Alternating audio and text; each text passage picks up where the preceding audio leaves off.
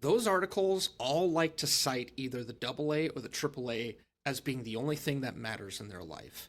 A and below don't even exist, but yet people are playing those games. But those are never acknowledged in those kinds of statistics because, well, And let's they're also not not Nintendo. They're yeah, what? and let's not forget double A used to not be considered either for a while. Yeah. Now And so, they're admitting, oh yeah, people do play double A. It's hurting us to not cover this because no one wants to hear the triple A. This is mhm. why they're trying to do all these things, but they still can't help themselves Yep. because, well, Tribalism? we'll cover. We're going to cover this in detail because this is the breaking news part, and we're going to go into layering afterwards. But as Insider Gaming points out, the Indie Game Awards disqualifies Clair Obscure Expedition 33 due to Gen A AI usage. Now, I'm going to point out why I say it's breaking news because what is today? The 20th. And what's on the highlights here? Can't really tell. I got a map. You can't see it? 2025. Yeah, that's today's date. Yeah, 2025 for the old man Karis. I need peepers for my peepers. Yeah. Well, I should get one of those glasses, right? With the prospector lenses that just like click on from Toy Story. Was it Toy Story 2? Yeah. I was thinking Mouse Hunt. Christopher Walken's like his ever expanding but yeah, go ahead. All right. But I'm gonna cover the news real quick, and then I'm gonna we're gonna look at the page. I found the page and cover because I didn't have a whole lot of time. We're going to cover 3 people I found interesting. I want to cover on this. Okay, so the Indie Game Awards took place on December 18th, and as many would assume, Claire 33 took over the awards. We all know this, and this is not for the Doritos Pope Awards that we covered. This is the Indie Game Awards. Okay. But they said the indie games the award people have a hard time of using Gen AI for the nomination process and during the ceremony itself. The statement reads: when it's submitted for consideration, representatives of Sandfall Interactive agreed that no Gen AI was used for the development of Clair Obscure. In light of Sandfall Interactive confirming the use of Gen AI on the day of the Indie Award premiere, this does disqualify Clair Obscure Edition 33. But what I'm noticing here when I was skimming through it is, and I looked online. Now I could have been I overlooked something or I didn't see something. I don't know. But from what I heard, I haven't seen anything from Clair Obscure 33 on this or Sandfall Games. For anybody else? Yeah. I'm on Twitter now and I ain't seeing nothing about it. You'd be all over Twitter. Yeah, and here's the thing: we do see in the because we're going to cover this as well later, but we're squeezing this in here for the block so people can see, know what's going on. Here's my take, and we're gonna show why I think this. They are political. They're not a real games award. Yes, they give a games award. They're acknowledged as a real games award, but they're not giving games based on the mechanics and stuff like this. They're using a soapbox. And when they find out their viewers are like, "Oh, you gave a game award, a game company award for using AI. Oh no, I'm panicking right now." They're like, "Oh shit, we need to fix this." So they say they removed it out. We don't know. This is where it comes to hearsay because they're not going to release they're not going to show us the forms that say Clair Obscure says they didn't use AI. So it's convenient for them to say that, right? And Clair Obscure can say, we never done that. So unless the receipts are proven, the thing is, we don't know, right? So I'm gonna take the merits of the work, right? So like we got a good game from Clair Obscure, who we all saw together on the Game Awards. They thanked the gamers and they made a. I misunderstood that they thought they won. No, they were doing this even if they won or not. So what I seen from Sandfall Games so far is it was the game of the summer. People loved it. As you can see, they had their whole entire team out there. So clearly no one lost their jobs. It was a small team, which means you don't need 100 people, right? So I was like, you know what? Let's be fair because I never heard of I used to work it with indie companies. I've never heard of the Indie Game Awards. Okay, so here's their webpage. All right. Well, actually, Yeah, I'm not gonna use. We're not gonna do their social. We're gonna use their webpage because reasons. But here's the Indie Games Awards, 2025, right? Indie Vanguard class of 2025, right? They have Indie Vanguard class of 2000, best storyteller, the Mohammed Fahmy Storyteller Award. Mohammed Fahmy. Last I heard his name of Mohammed, that was a prophet. Not trying to get into it. Game Devs of Color. They have that award. Game Devs of Color. I consider Game Devs of Color are very racist, like Jim Crow era. Yeah. Like the best actor for colored people is. That's what I read when I see Game Devs of Color. It's a Jim Crow law, even though it's not. But we don't need game like. This isn't the 1950s anymore. We need to stop saying colored people. We never said that for most of my time I was born until after the intersectionalism came out. But here's the presenters and the jury, right? Now I went through. Oh, look who's in there. Yeah, I was actually going to point that out. Like, you look at the jury and the people that are part of that, you start to kind of get an idea of Inside Gaming, which was the news source we were the article we read. Mm-hmm. And you got GameSpot, Giant Bob. Giant Bob, like, weren't they bought out by a company? Yeah, I think Steven's still around. I have not heard about them in years. Black Voices in Gaming. A lot of podcasters that are on their side. Point is progress. Like they got a progressive group in there. Mm-hmm. So yeah, you're right. We're gonna look at a couple. I thought this was kind of curious. Laura Kate Dale, Slashy 101, and Women Led Games. So this is telling you their jury's mentality. Okay, I didn't say anything. This is what they believe in. This is what they consider. And I want you to think, is this the kind of person you want to be a jury for awarding games? All right. So this is the Laura Kate one, Kate Dale, right? A candid insight into growing up as a gay trans woman with autism undiagnosed until adulthood. Identity politics. My life as a gay autistic trans woman. Boy, they're ticking off all the boxes, aren't they? Yeah, let me put it this way, Bo, because you weren't. I don't know if you were here when I found out, but the VA found something peculiar about my mentality, along with the TBI and PTSD, and so they had me take a few tests. I'm an INTJ for the Myers-Briggs thing, whatever. So I'm officially diagnosed or whatever. I don't know how to. They explain it to me. I don't understand it, but that personality test. You have the internet one, which everyone thinks they are, and then you have the actual psychological test. So I took the actual psychological test. So I have an INTJ, which they led me into taking another test, which they found out I have Asperger's syndrome. I never knew this.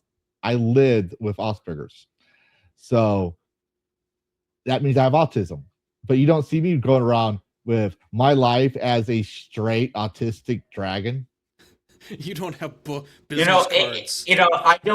This is why I don't advertise my disabilities. This is why I don't put any of labels that might apply to me on my bio. I let people figure me out for themselves. Well, yeah. Well, I never told you or Bo I was a Christian until we had Goonergate happen, and Bo said, I can't remember what Bo said. It wasn't nothing negative. It was just something where I had to say I'm a Christian, and when have I ever used my faith? Actually, that is the only thing I have. I have that I'm a Gooner and I'm a Catholic. Yeah. And the thing is, my point is, the only reason I'll mention my TBI and PTSD and all that stuff is if it relates to the conversation. It's never been my identity. Oh, yeah. I want to show. Oh, yeah. Yeah, I have You've autism. Explained to me. You have explained, there is, you do have triggers. I do know that. And they're legitimate triggers. Yeah. But at the same time, I don't let it run my life. I don't let it make me a slave. I don't let my disabilities make me a slave. But at the same time, I don't let it be my identity. Unlike this person here. There's a difference between I have autism and I don't run around and wave as a flag. How often do I mention autism? I mean, she has queer consultant in her thing. She worked on accessibility. No, Dash. You got it wrong. You're getting his pronouns right. It's a he. Yep. It's a he. I am not going to entertain someone's fantasy and delusions when they admit that they're mentally ill. They admitted they have mental illness. They admit to that. So if they're not mentally all there, then I'm going to go what is scientific and real, which is scientifically, if you were born with XY genes, that makes you male, which means you're a he. I don't make the rules. I wasn't even being conscious. I just said she out of I know. I'm just catching you there. I have a question for this. Is like, I don't expect an answer. Are they a consultant on queers, or are they a consultant who happens to be queer? They claim to be an adult or freaking game people, right? But the thing is gender dysphoria. What I don't see anything about games. Here's an announcement where she's video game accessibility recap, where he's a part of it, right? It's not, damn it, you got me doing it, Dash. I just noticed it. But the whole the whole part isn't games. The whole part of his identity is I have gender euphoria and I'm a trans non-binary intersex writer. So I'm gonna write about that. Check all those boxes. This is like check them all. Gender 1, games 5th. Yeah. Now here's another one. And I did notice this afterwards, but to be fair, I was in a rush looking at these things because I only had like an hour of research. And well, if you know me covering moral panics, I mean, Garrett, you saw a copy of my thing that I'm still writing and trying to pin it back down because it's 2-3 hours long. It takes me a while to do research because I want to be right about things. But here's something I want y'all to see. This is the other judge. This is Slasher or Slashy 101. Remember that I was talking about before? Yeah. Oh yeah. Okay. Well, this is her Twitter page. And before anyone knows, I didn't go look it up. I just went to see, I Googled their name, /U101, to see who they were. So I could see if they were well-reasoned and balanced and know what they're talking about. If they were showing that they were a fair and honorable judge, I was like, you know what?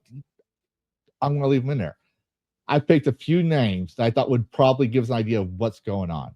Not even cherry pick. It's like, who looks suspect?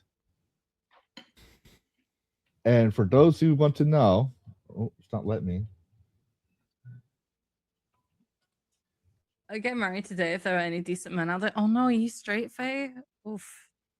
My choice here was bad.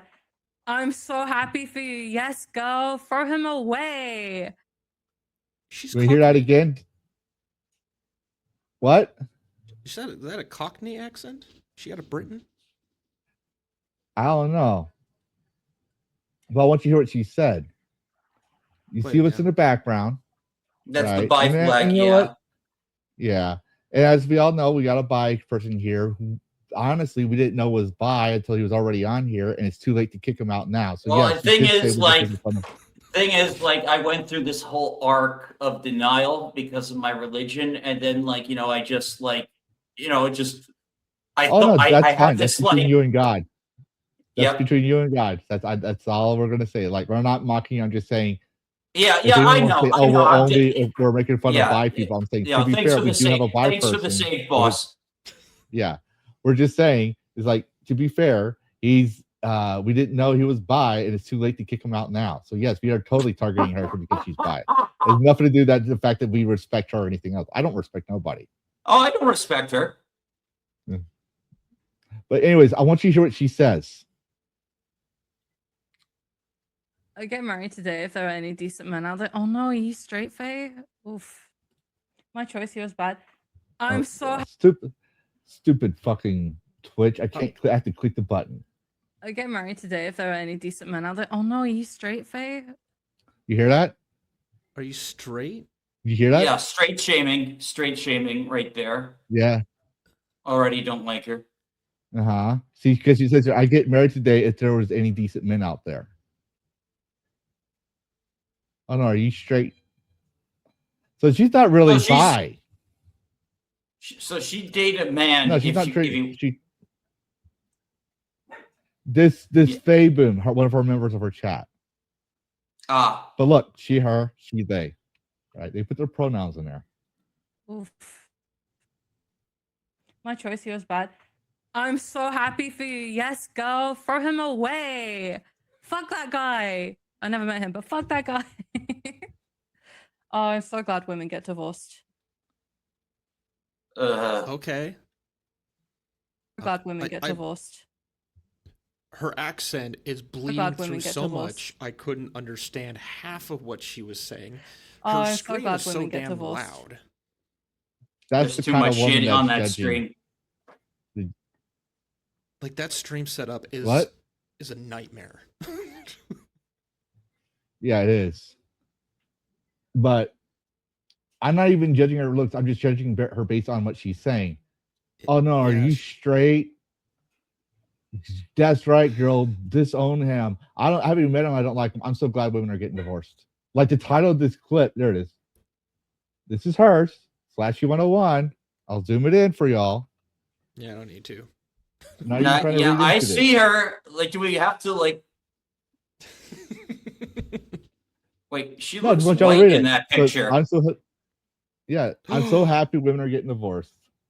That's what she said. Hang on. Go back to the photo. Actually, yeah. Did she like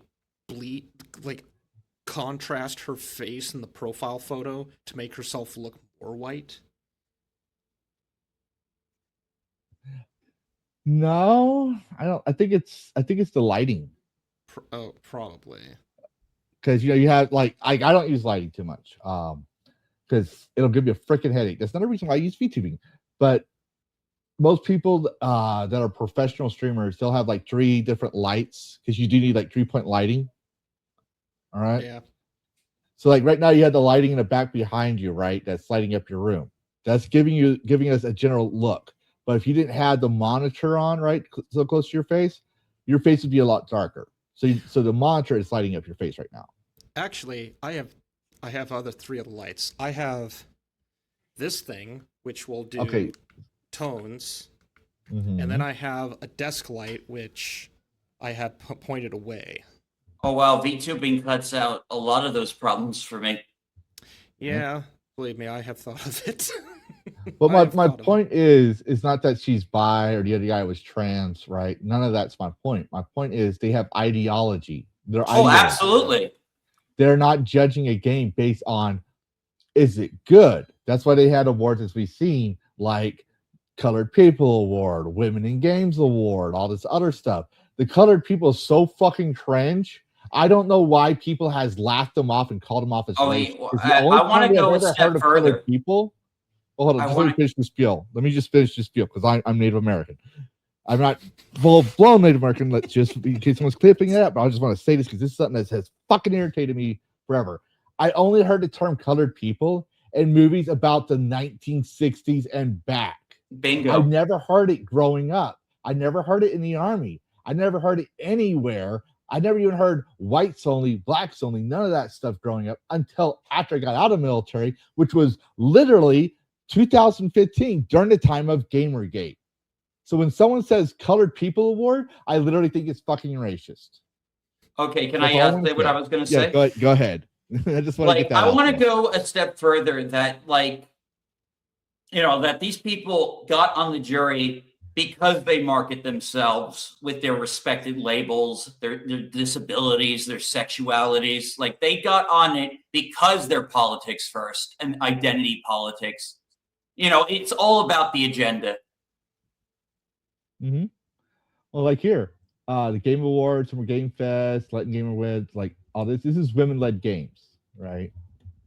You can keep going on that one, but I just wanted to get rid of that ugly fucking face. I think we lost viewers from that. What is it? We'll come back to it, but I just want to give people a recap. Yeah, was that the same organization that got the award for? Remember the award that those little girls got? No, I believe so. Oh, okay. Yeah, I think this is the same organization. I believe so. I'm not 100% sure.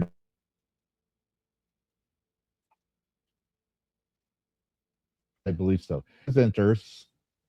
They totally look normal. Then you have Percentages all these people scroll. we mentioned, right? So we have, look, one of their partners, Latin Showcase, partners with that stuff.